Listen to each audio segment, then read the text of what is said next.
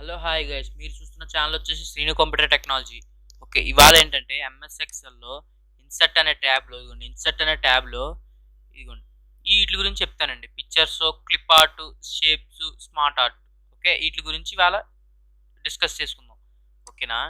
Next వీడియోలో text అనే options గురించి చెప్తానండి.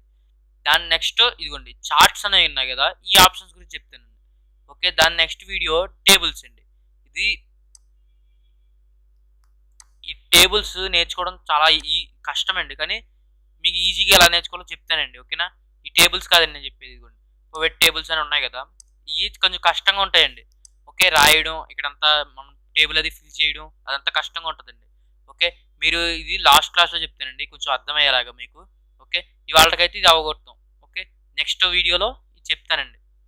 ఓకే, నెక్స్ట్ చార్ట్స్ అవన్నీ ఎలా సెట్ చేసుకోవాలో డిజైన్ ట్యాబ్లో ఫార్మాట్ ట్యాబ్లోకి వెళ్తుంది కదా, ఇది సెట్ చేసుకున్నప్పుడు అప్పుడు ఆ ఫార్మాట్స్ అవి ఎలా మార్చుకోవాలి. ఓకే, వాటి గురించి చెప్తానండి. ఓకే, ఇవాళ అయితే పిక్చర్స్. ఫస్ట్ పిక్చర్ అంటే మనం ఇప్పుడు ఎక్కడైనా పిక్చర్ యాడ్ చేయాలనుకోండి ఎంఎస్ ఎక్సెల్లో.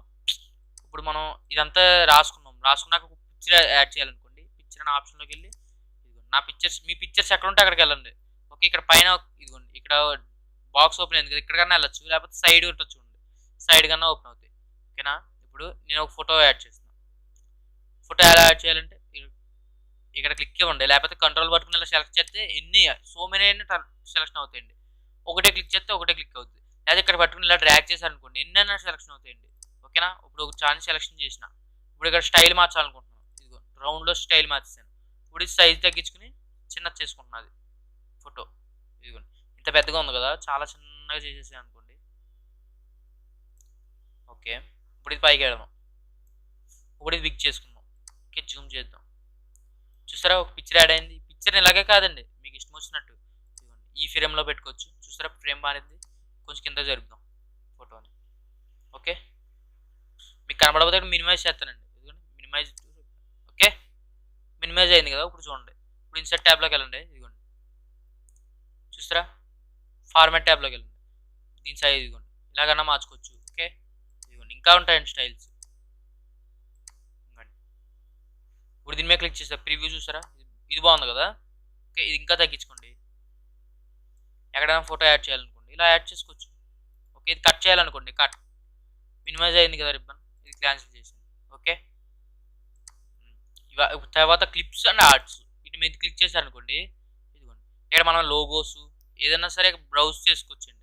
ఓకేనా. నెక్స్ట్ షేప్స్ అండి. మీకు ఏ షేప్ కావాలన్నా సరే, ఇప్పుడు యారో మార్క్ చూపించాలనుకోండి. ఇదిగోండి ఇది ఇటు సైడ్. ఇదిగోండి ఫార్మాట్ ట్యాబ్లోకి వచ్చి దీని స్టైల్ కూడా మార్చచ్చు. ఇదిగోండి ఇది పెట్టాము, ఇది పెట్టినా సరే. ఇదిగోండి బ్లాక్ కలర్ పెట్టాను. ఇదిగోండి ఈ కలర్ పెట్టి ఫౌంట్ మార్చచ్చు. దీంట్లో ఉన్న ఫౌంట్స్ అయినా రాస్తే మార్చచ్చు. కట్ చేయాలంటే కట్ అన్న అయిపోయింది, కట్ అయిపోయింది. ఇప్పుడు షేప్స్ ఇందాక అటు సైడ్ చూపించాను, ఇప్పుడు ఇటు సైడ్ చూసారు, రైట్ క్లిక్ ఇచ్చి కట్ అనండి, కట్ అయిపోయింది. ఇప్పుడు ఇన్సర్ట్ ట్యాబ్లోకి వెళ్ళి ఇప్పుడు స్మార్ట్ ఆర్ట్స్ గురించి అండి. మీకు ఏదైనా సరే దీంట్లో షేప్స్ ఉంటాయి, ఏ షేప్ అన్నా సరే. ఇదిగోండి ఇన్ని షేప్స్ ఉన్నాయి. ఇన్ని షేప్స్లో ఏదైనా సరే సెలెక్షన్ చేసుకొని పెట్టుకోండి. ఇప్పుడు ఈక్వల్ టు అని షేప్ పెద్దది చేయాలి, ఇంత చేసి పెట్టుకోండి, మీ ఇష్టం. ఓకే, ఇప్పుడు ఇన్సెట్లో స్మార్ట్ అంటే ఏం లేదండి. ఇప్పుడు ఒక దాని నుంచి ఎక్కువ వచ్చినాయి అలా అంటారు కదా. ఇదిగోండి ఎగ్జాంపుల్ చూపిస్తుంది చూడండి. ఇదిగోండి మన ఇక్కడ టెక్స్ట్ ఇచ్చుకోవచ్చు, ఇక్కడ టెక్స్ట్ ఇచ్చుకోవచ్చు, ఇక్కడ టెక్స్ట్ ఇచ్చుకోవచ్చు. 2 కావాలనుకోండి. ఇదిగోండి ఇలాగా.